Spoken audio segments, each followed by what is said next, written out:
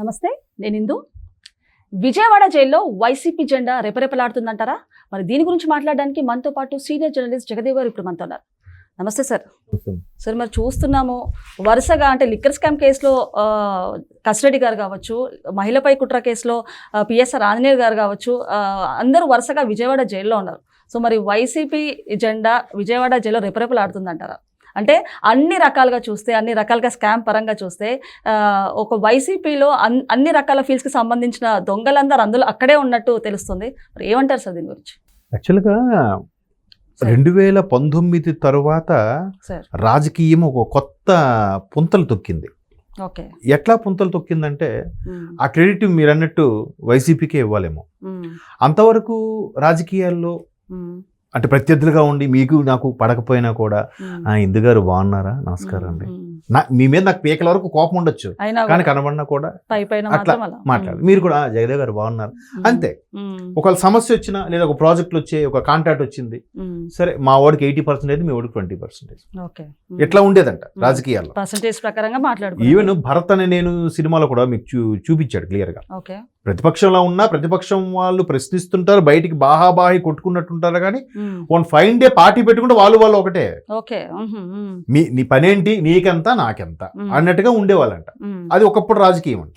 మరి ఇప్పుడు 19 తర్వాత మరి ఏం జరిగిందో తెలియదు. ప్రతిదీ ఎడమొహం పెడమొహం, బూతులు తిట్టడము, తిట్టించడము, మరి చేత కాదు అన్నట్టు మిమ్మల్ని ఇప్పుడు మీరున్నారు, మిమ్మల్ని చాలా అంటాను, మీరు అయినా ఫీల్ అవ్వలేదు, రాజకీయం అన్నీ కామన్ అని పడి మీ ఫ్యామిలీ మీ పిల్లల దగ్గరకు వచ్చేసరికి ఎలా ఉంటది అంటే ఇడు చలించట్లేదు, ఇది ఏమన్నా పట్టించగలదు, ఇది ఏం చేయాలి, ఖచ్చితంగా రెస్పాండ్ అవుతారు. మీ ఆడి భార్యని అందం, ఆడి పిల్లల్ని అందం, ఆడి మనవడిని అందం, అది తప్పు.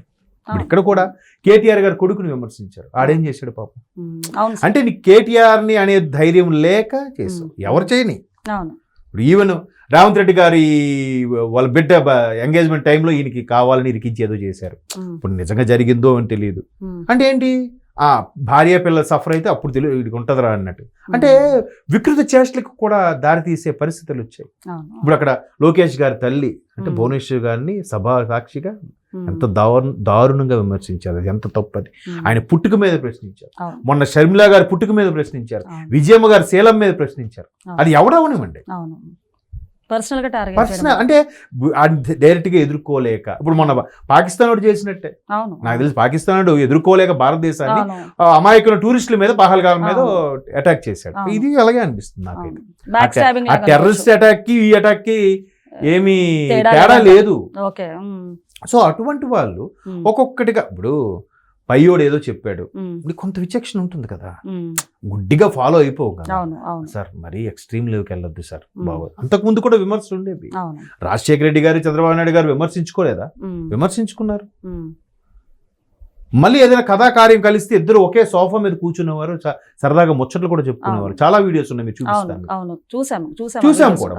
మరి ఇప్పుడు ఏంటమ్మా, కనీసం ఆడెళ్తే ఈయన రాడు, ఈయన వెళ్తే ఆన్ రాడట, ఏంటమ్మా ఇది అంత ఎందుకు వెళ్ళిందంటమ్మా? అలాగ మారిపోయింది 19 తర్వాత. ఈ ప్రతి ఒక్కరు కూడా ఇంకా నాయకుడు అండ చూసుకుని, జగన్మోహన్ రెడ్డి గారు అండ చూసుకుని, ఇప్పుడు ఈవెన్ జగన్మోహన్ రెడ్డి గారే ఉన్నారమ్మా. చంద్రబాబు నాయుడు గారిని విమర్శించండి, లోకేష్ విమర్శించిన వరకే చెప్తాడు ఆయన. చంద్రబాబు నాయుడు గారి భార్యని తిట్టు, లోకేష్ తల్లిని తిట్టు అని చెప్తాడా? అలాగే ఎప్పుడు తప్పు కూడా అలాగే ఎప్పుడు ఏ పార్టీ కానీ నాకు తెలిసి ఏ నాయకుడు చెప్పద్దు. బట్ చెప్పలేదు అనుకుందాం, ఆడ ఎక్స్ట్రీమ్ లెవెల్కి వెళ్ళి విమర్శించినప్పుడు ఈ నాయకుడైనా ఖండించాలిగా, తప్పు కదా అని. మొన్న ఆ కిరణ్ చేబ్రోలు ఖండించాడు, ఎప్పుడు వెంటనే బాబు గారు స్పందించారు లేదు. అటువంటి వాళ్ళు నా పార్టీకి అవసరం లేదు, ఇమీడియట్ గా పార్టీని సస్పెండ్ చేశాడు, ఎక్స్ప్లెయిన్ ఇచ్చుకోమన్నారు, అరెస్ట్ చేయించారు. జగన్మోహన్ రెడ్డి గారు అలా చేస్తుంటే ఎంత బాగుండేది, చేయలేదుగా. కానీ ఒక్కొక్కరు చూసుకుంటే పిక్చర్లు అయితే వస్తున్నారు సార్. అంటే ఫస్ట్ A1 గా అయితే కసిరెడ్డి గారు వచ్చారు, A2 A3 గా విజయసాయి రెడ్డి గారు కావచ్చు, మిథున్ రెడ్డి గారు వచ్చారు.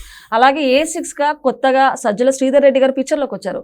మరి ఇప్పుడు బిగ్ బాస్ ఎవరు ఎప్పుడు వస్తారు, జగన్ గారు ఎప్పుడు వస్తారు అనేది జనాలు అయితే ఈగా వెయిట్ చేస్తున్నారని చెప్పొచ్చు. అంటే ఇప్పుడు మొన్న ఆయన ఎవరు ఏం రాజు ఆయన మొన్న అదే మొన్న రీసెంట్ గా ఇన్వెస్టిగేషన్ గారికి ఎయిర్పోర్ట్ లో అరెస్ట్ చేశారు కదా, ఏదో రాజ్ కసిరెడ్డి, రాజ్ కసిరెడ్డి రాజ్ అని గుర్తు. మరి ఆయనకి టార్గెట్ చేసినట్టు అనిపించిందిగా.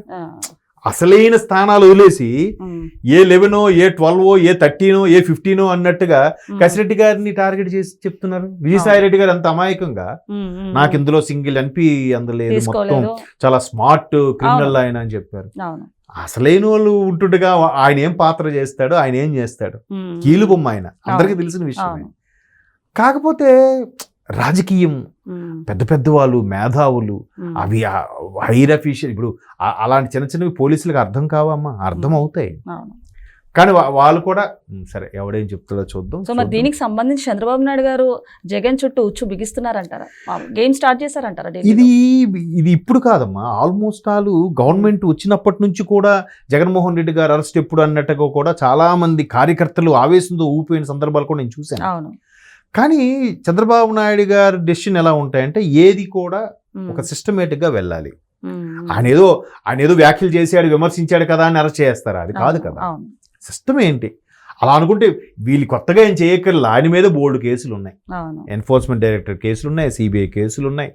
అది కాక వాళ్ళ ఇంట్లోనే ఆ సరస్వతి పవర్ ఏదో విజయమ్మ గారు షర్మిల గారు ఒకటి, ఇప్పుడు ఈయన ఒకటి అన్నట్టుగా అదొక ఇష్యూలు నడుస్తున్నాయి.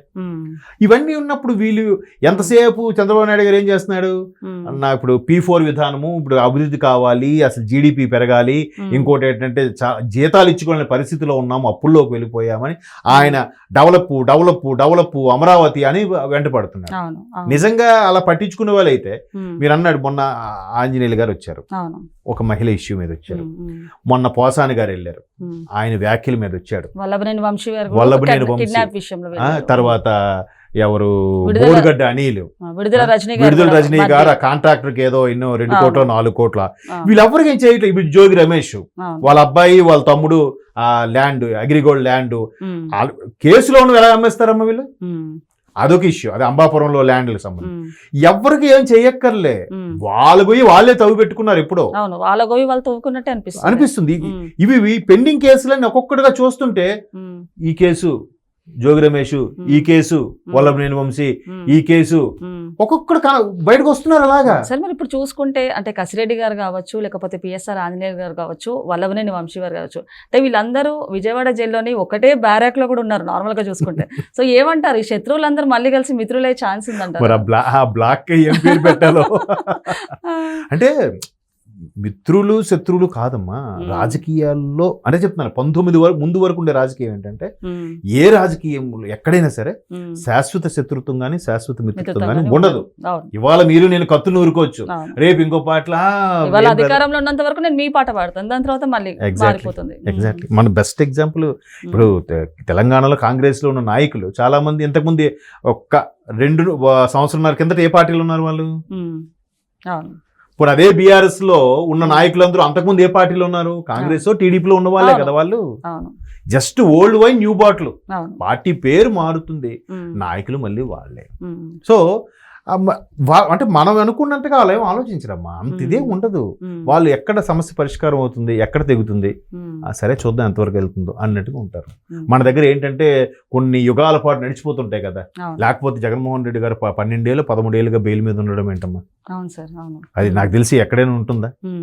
ఒక నిజంగా వీళ్ళు కక్షగట్టి జగన్మోహన్ రెడ్డి గారిని అరెస్ట్ చేసే ఉద్దేశం ఉంటే ఇప్పటికే గవర్నమెంట్ రేపు June 12 గవర్నమెంట్ ఫామ్ 1 year అయిపోతుందిగా, సరిగ్గా ఇంకా 1 month ఉంది, 1 month 10 days ఉంది. ఇంకా అట్లా ఉండదు, ఒక సిస్టమ్ ఉంటుంది, ఒక చట్టాలు ఉన్నాయి, న్యాయాలు ఉన్నాయి, ఒక రాజ్యాంగం ఉంది, దేని పడి దాన్ని అరెస్ట్ చేసుకెళ్ళిపోతే ఇంకెందుకు. సో వీళ్ళు కొద్దిగా కూటమి వాళ్ళు అయితే ఆచితూచే వెళ్తున్నారని అనుకుంటున్నాను, దాని గురించి పెద్దగా పట్టించుకోవట్లేదు అనుకుంటాను. నిజంగా పట్టించుకున్న వాళ్ళైతే పెద్ద పెద్ద తలలు అరెస్ట్ అవ్వాలి, పోసాని బోరుగడ్డ లాంటి చిన్న చిన్న తలలు కాదు ఇవి, అంతే కదా.